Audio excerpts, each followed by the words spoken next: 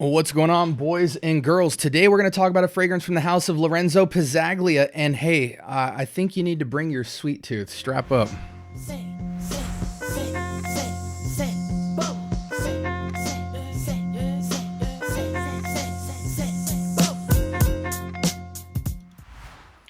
All right, welcome to the Scent Bubble. I'm your host for the evening. Today, from the house of Lorenzo Pazzaglia, we have Vampiric Rum.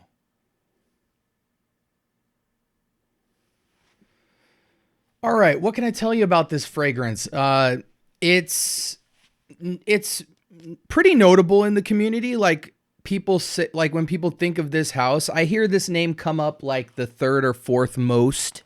You know, just right behind Sangria and Summer Hammer and all those usual suspects.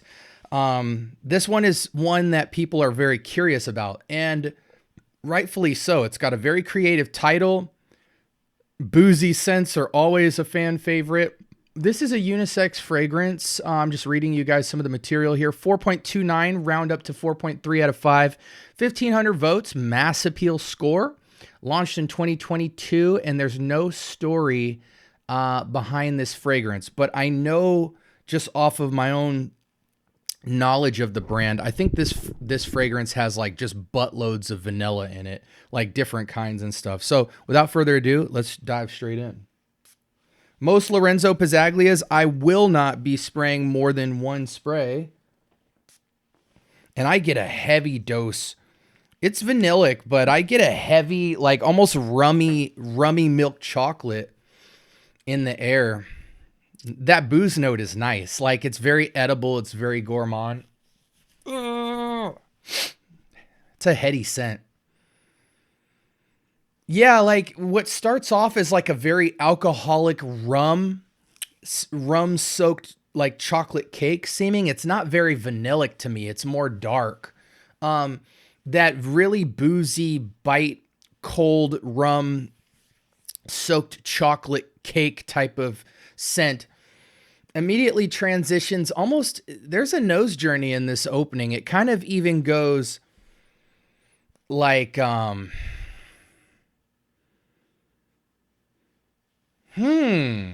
even has like a wafery baked goodness about it. Like you get more into like this savory facet of cake.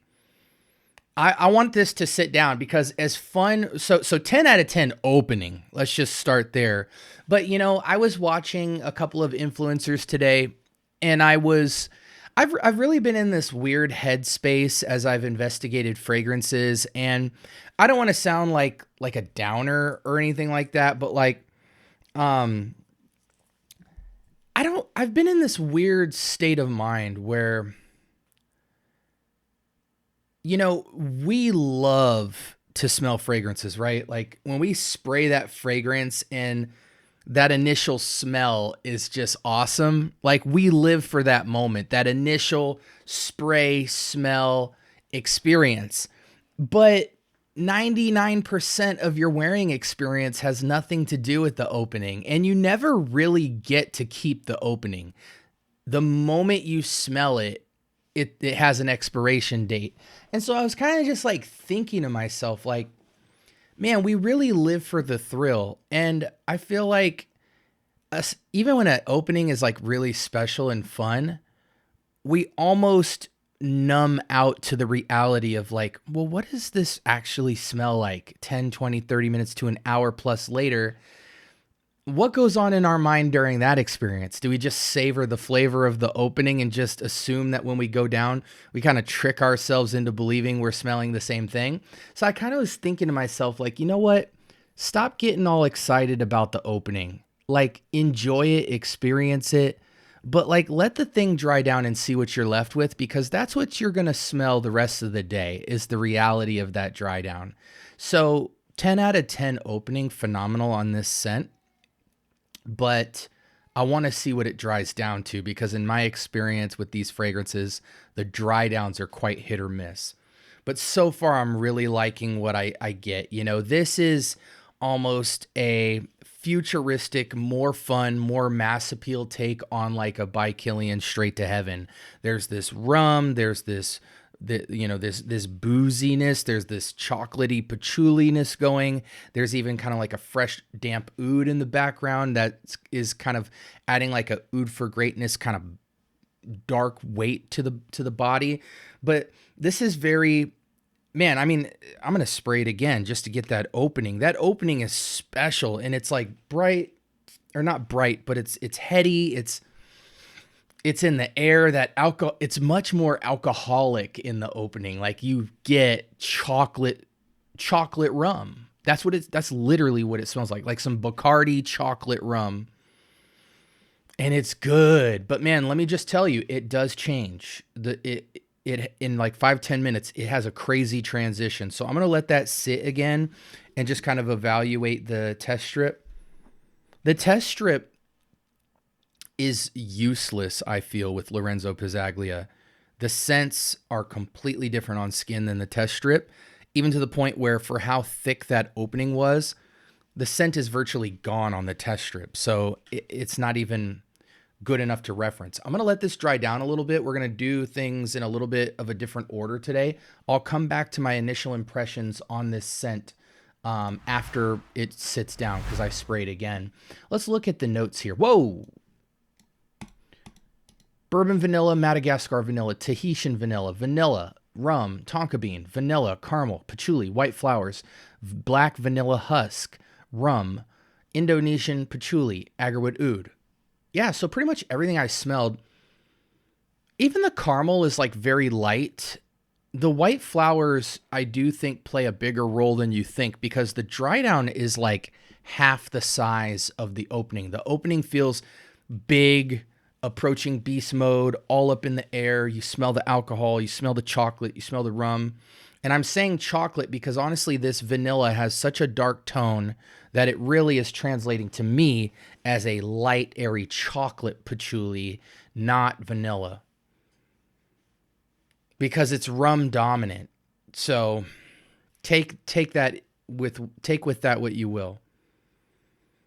Okay, so I really do like the dry down, but the dry down doesn't even compare to the opening. I'm going to tell you that straight up and down. But because the opening is so good, the dry down is still a good scent. But it goes from being this heavy, dense, dark air, sexy patchouli chocolate by Killian straight to heavenish scent into virtually a very 1/3 to half the size of it, airy vanillic patchouli. Like the rum is still there, but you get a lot more of just a vanillin base with patchouli, and whatever that rum accord is still soaked on there, but in a much lighter, watery way. It becomes more airy and crisp and heady on skin in the dry down. This is a very oily fragrance. Take a look at this real quick. Can you guys see my arm here? Yeah, you guys can see that. It is oily. And despite how oily that looks, I still definitely smell it. But man, it is 1/3 the size of that opening. That was one of the coolest openings I've smelled in a while. And I'm not really a gourmand guy, but I like it because it sits down on skin a lot less gourmand. But this is nice. It highlights patchouli in a nice way. I mean, Straight to Heaven by Killian is to me like a holy grail scent, specifically the intense version, but it's a holy grail scent to me. Like it just is masterclass grown and sexy in a bottle. And I believe that fragrance is patchouli, rum, raisin, dry fruits, and it's leather. It's intoxicating. This smells very close to it, a little more mass appeal, airy, and a little less weight, but fun. This is nice. I mean, talk about snack season. I mean, Vampire Rum is a perfect name for this. Yeah, I mean, the dry down is quite basic, but I don't care. I really love it. I'm going to be generous with this. Let me go through some usual suspects for you, and then we'll wrap up. I really wish that opening stayed, because that opening felt really grown and mature. The dry down is quite juvenile, but again, it's a great scent. Like, I feel like clone companies could do this, could do the dry down. And it feels a little less synthetically injected than some of the other scents. So I feel like a scent like this would become a skin scent after like 5 hours, to be honest with you. It'll still definitely be there, but low projection after that first hour. What do I need to tell you guys? Okay, so seasons, spring, summer nights with a breeze, fall and winter approved.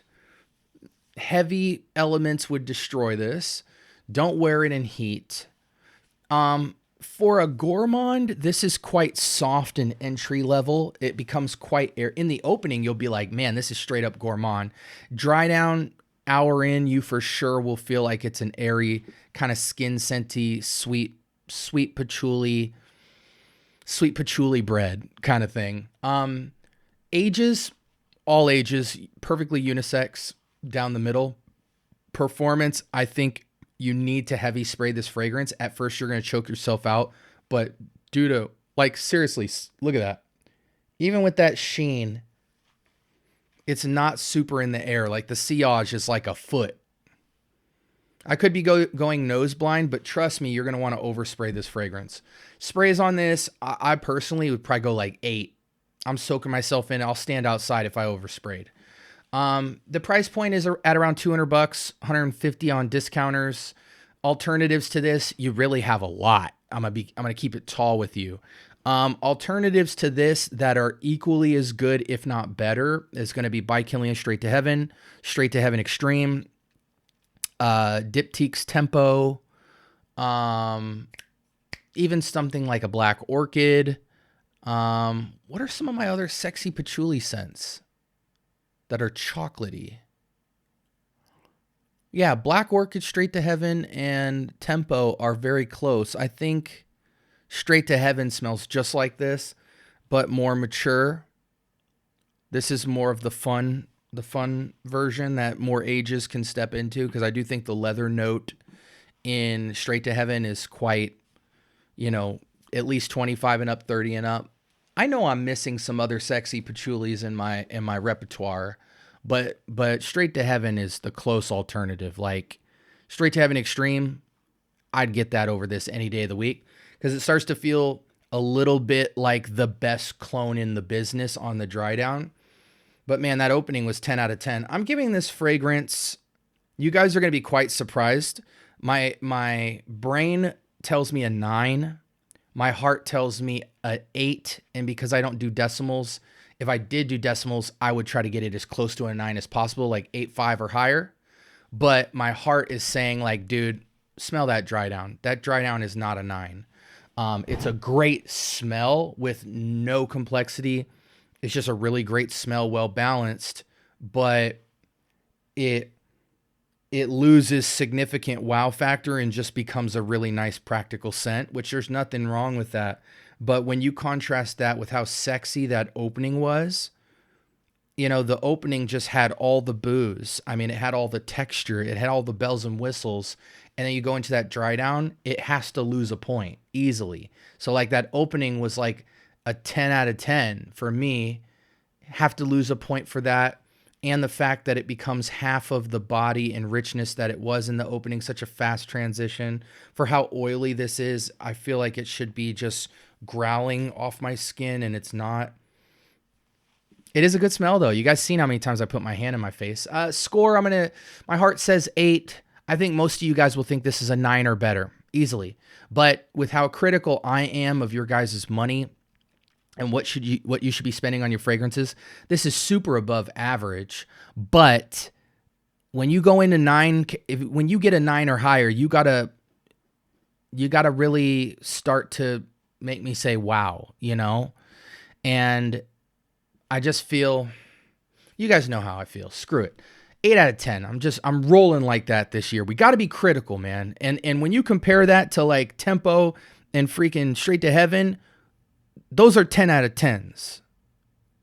And this compared to those is like a high 8, but I don't decimal. So call it what you will. Take it with a grain of salt. Again, this was Lorenzo Pazzaglia's Vampire Rum. Best scent I've smelled so far from the lineup. For my gourmand lovers, you guys would eat this alive. Oh, one more thing I want to say before I kind of wrap up. And I'll say this while I post the logo. So, for any of you guys who would feel like, oh, well, this is gourmand, like I can only wear it for certain occasions and stuff, put it on your skin, because the way it dries down and starts to get air under it and diffuse, it becomes a lot more versatile on the dry down.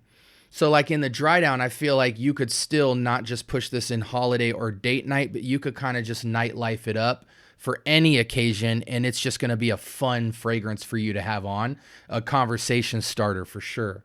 Like, man, did you just drink, rum raisin cake or something like that? Like, very well done by Lorenzo. The balance is flawless, despite how I feel about the transition. The transition really started knocking it down for me because I desperately wanted that opening, and the transition was too fast. Like, I couldn't enjoy that for longer. All right, guys. Like, comment, subscribe. More importantly, turn on that notification bell. Talk to me. I do talk back.